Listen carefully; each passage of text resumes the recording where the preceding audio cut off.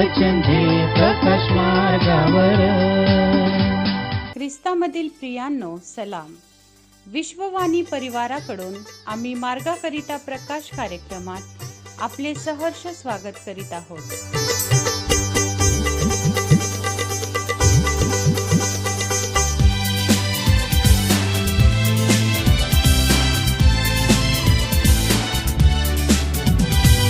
अंधकार छायेचा दिवस जवळ, प्रभू कृपेचा उपयोग करा.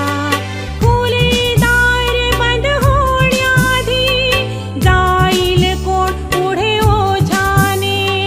खुले दार बंद होण्याआधी जाईल कोण पुढे ओझाने. दिवस कठीण जवळ आले आता, वेळेचा सदुपयोग करा.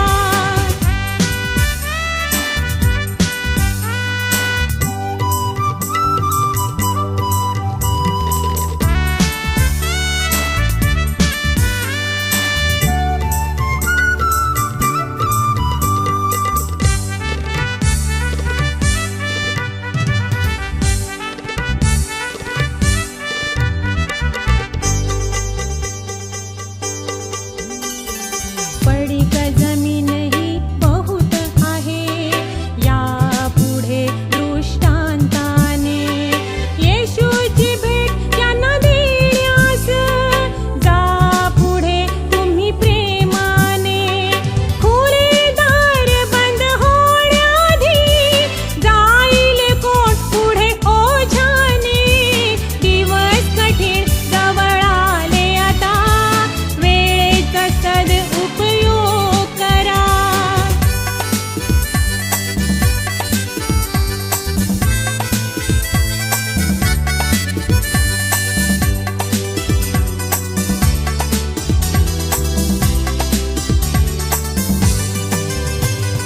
बहुत देशांनी या जगात थांबविला वचनांचा प्रचार. तुम्हा समोर हे उघडे दार, संधी साधून करा प्रचार. खुले दार बंद होण्याआधी जाईल कोण पुढे ओझाने. दिवस कठीण जवळ आले. आजच्या म्हणण्यासाठी देवाचे वचन स्तोत्र 66 वचने 10 ते 14. स्तोत्र 66 वचने 10 ते 14. कारण हे देवा, तू आम्हास पारखिले आहे. रूपे गाळतात तसे तू आम्हाला गाळून पाहिले आहे. तू आम्हाला जाळ्यात गुंतवले. तू आमच्या कमरेला भारी ओझे बांधले. तू मनुष्यांना आमच्या डोक्यावरून स्वारी करावयास लावले. आणि आम्ही अग्नीत व पाण्यात सापडलो, तरी तू आम्हास बाहेर काढून समृद्ध स्थळी आणले. मी होमार्पण घेऊन तुझ्या मंदिरात येईन, तुला केलेला नवस फेडीन. मी संकटात असता ते मी आपल्या ओठांनी उच्चारले, मी ते आपल्या तोंडाने केले. देवाप असलेले वचन आपणा सर्वांसाठी आशीर्वादित करो. प्रिय प्रभूच्या नावाला धन्यवाद असो. आजची सुंदर वेळ प्रिय प्रभूने आम्हा प्रत्येकांच्या आयुष्याला जोडली. आजचे वाचलेले शास्त्रभाग स्तोत्र 66 अध्याय वचन 10 ते 14. या वचनामध्ये आपणास शिकायला मिळते की देवाचा खरा भक्त अनेक परीक्षेतून जातो, यासाठी की तो खरा व शुद्ध असा बनावा. जेव्हा देवाचा भक्त परीक्षेतून जातो, तेव्हा देव त्याची काळजी पण घेतो.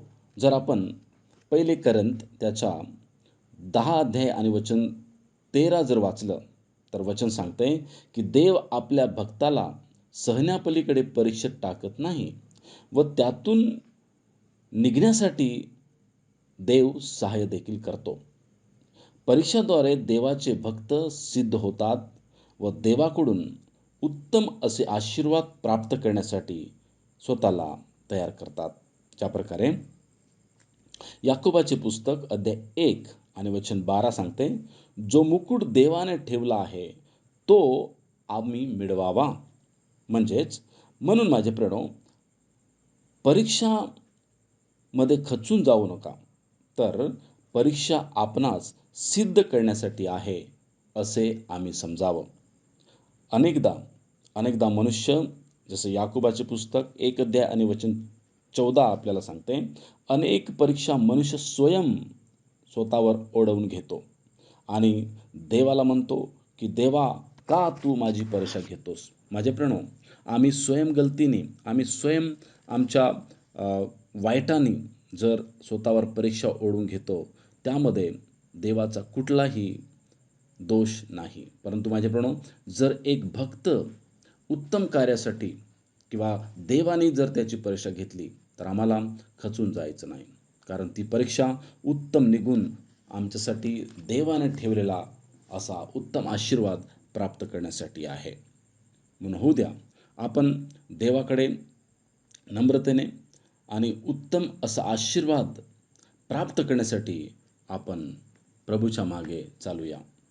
अनेक कठीणाई येतील, अनेक प्रकारच्या परिस्थिती येतील, पण आपल्याला खचून जायची गरज नाही. जर आपल्यासाठी पवित्र शास्त्रामध्ये अनेक दाखले आपल्याला दिसतील, योसेफाच्या जीवनात आपण पाहतो, त्या प्रकारेच अनेक असे भक्त देवाच्या वचनामध्ये आपल्याला दिसतात.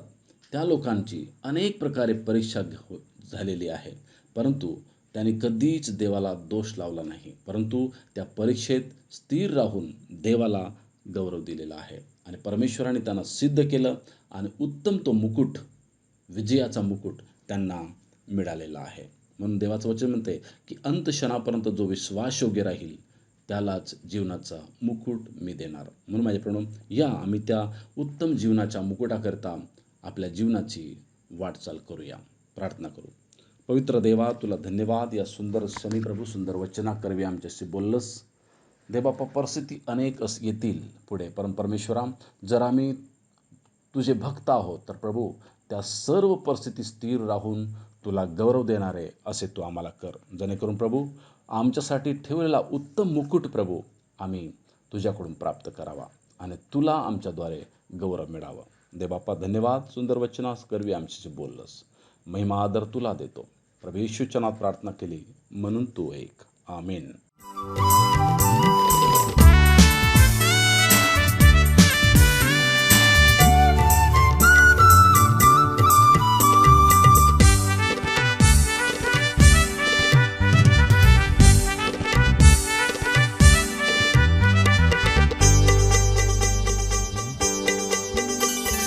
येणाऱ्या दिवसांची कर्तव्य आमुचे आहे किती मोठे, आमच्या मधली एकताच ही आणील जय वा पराजय.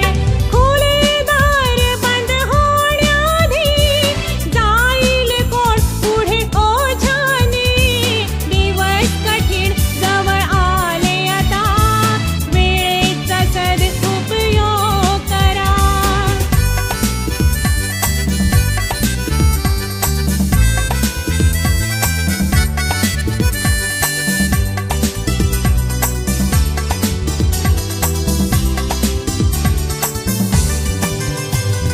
येशूच आमची अंतःकरणे भरो प्रेमाच्या आत्म्याने, संपूर्ण भारत देशामध्ये व्हावा येशूचा प्रचार.